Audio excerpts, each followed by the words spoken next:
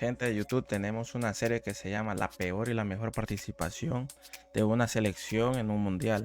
Ahorita tenemos Portugal. Vamos a ver la peor y la mejor participación de Portugal en un mundial. Ahorita vamos a ver, pasamos el video y vamos a ver la peor, la que viene siendo para mí la peor participación. Portugal en el Mundial de Brasil 2014. Veamos los arqueros que tenía. No estaba tan mal. Por lo menos Rui Patricio y Beto eran los más conocidos y todavía sigue Rui Patricio. Arqueros Eduardo, Rui Patricio y Beto. Defensores Bruno Alves, Contrao, Costa, Neto. Estamos repasando porque Portugal debuta el día miércoles. Almeida y João Pereira. Mediocampista Pepe. Regresamos. Bruno Alves, Contrao, que venía a un buen nivel con el Madrid. Almeida, João Pereira. No tenía grandes defensores porque ya no estaba Carvalho en ese tiempo, ya se había ido. Contrao, Costa, Neto, Almeida y João Pereira. Volantes. A volante lo ponen a Pepe, pero Pepe lo ponen ahí porque prácticamente Mourinho lo cambió y lo ponía como 5. Pero no es volante. Campistas Pepe, Veloso, William Carvalho lo hemos visto últimamente. João Moutinho duró demasiado tiempo. Uno que sí me gustaba porque metía mucha pata era Raúl Meireles.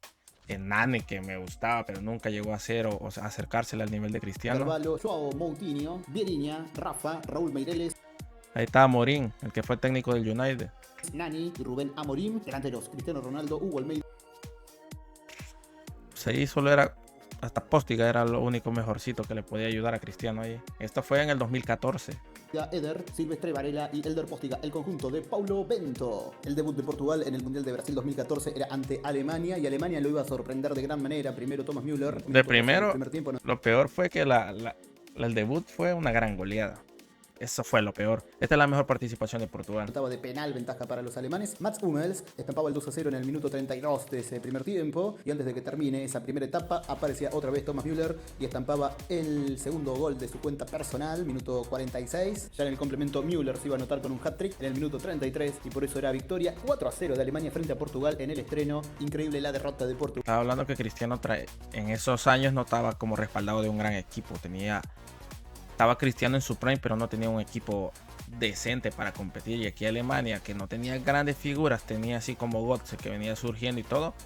Pero vimos lo que terminó siendo Alemania, que terminó goleando a Portugal y a Brasil en ese mundial. Portugal en su primer partido. El segundo encuentro era frente a Estados Unidos y Nani anotaba el primer tanto, minuto 5 del primer tiempo. Ventaja de... Siempre que dicen, no, Estados Unidos no, nunca juegan fútbol, que no sé qué, ellos le llaman soccer, siempre da la cara. Tienen un tercer lugar. En Corea, Japón 2002 llegaron a cuarto.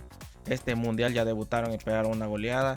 Aquí se le para a Portugal. O sea que siempre ha tenido, quizás no ha tenido el fútbol más bonito y todo, pero no es de esos equipos que sufran una gran derrota o si quedan eliminados quedan en grupos o en octavos, pero hacen una participación en todas prácticamente decente al nivel que ellos tienen. Hoy por hoy tiene la mejor generación de fútbol, ¿no? De Portugal, lo empataba Jermaine Jones ya en el segundo tiempo, a los 19 minutos del segundo tiempo. Y ¡qué golazo! 1-1 lo daba vuelta Estados Unidos a través de Clint Dempsey a 9 minutos del final. Pero en el minuto 95 aparecía Silvestre Varela y estampaba el 2-2 definitivo. No. ¡Qué golazo, pues! Perdía Portugal entonces frente a Estados Unidos, pero seguía sin ganar y llegaba a la última fecha obligado. Frente a Ghana se medía. John Boyne en contra, minuto 31. Pasaba a ganarlo el equipo europeo, pero Ahí Ghana no tenía gran equipo como lo tuvo en el 2010. En el 2010 fue un equipo muy bueno.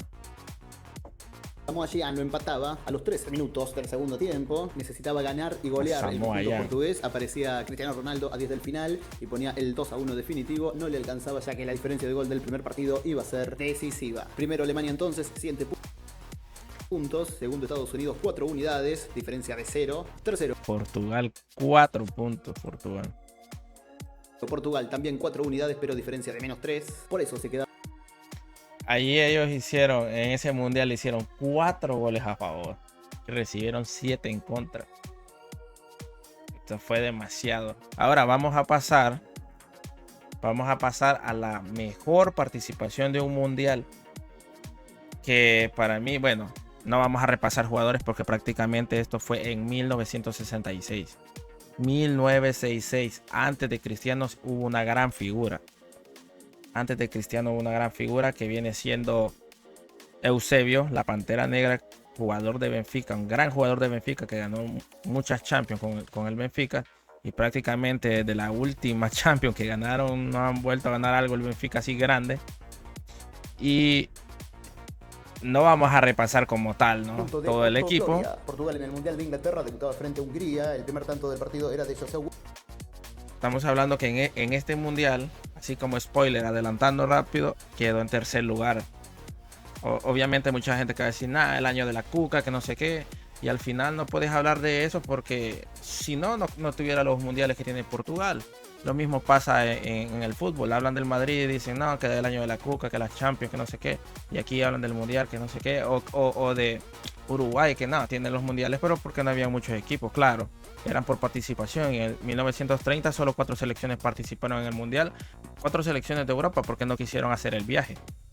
Entonces al final, obviamente para que exista un mundial como los que tenemos hoy, que son 48 selecciones, un mundial así de grande, o de 32 selecciones como que era, tuvo que haber empezado por algo y se comenzaron hasta con 13 selecciones en 1930. Ahora, en este tiempo, en el 66, tenían un equipazo porque prácticamente era Eusebio.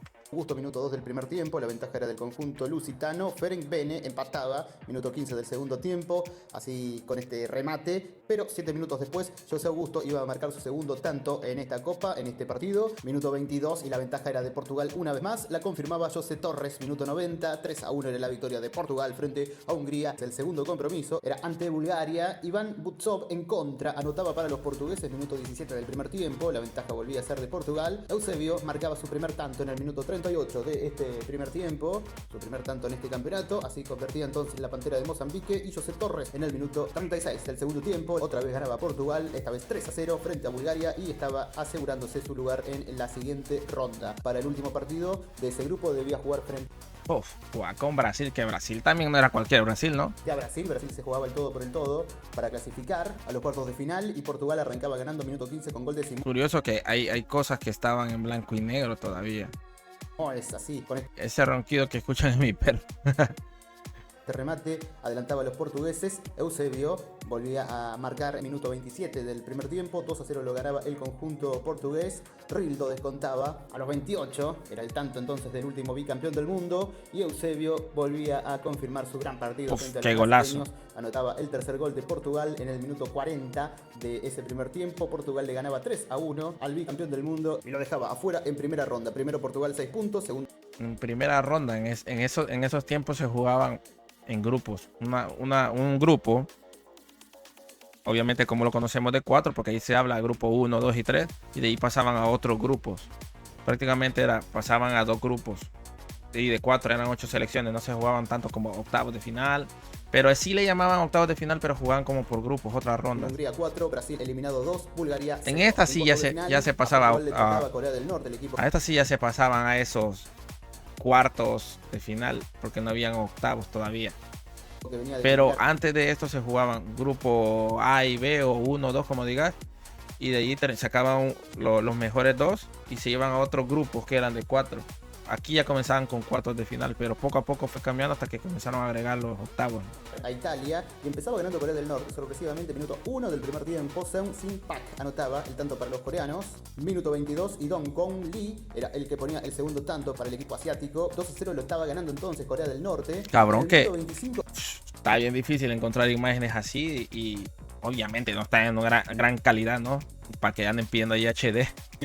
Pero lo bueno es que se pueden ver los goles, pues, y ya estás hablando que han pasado que 60 años, 70, 60 años de esto, y de verdad que han quedado cosas, y menos mal que existe el internet, porque si no estuvieran perdidas también.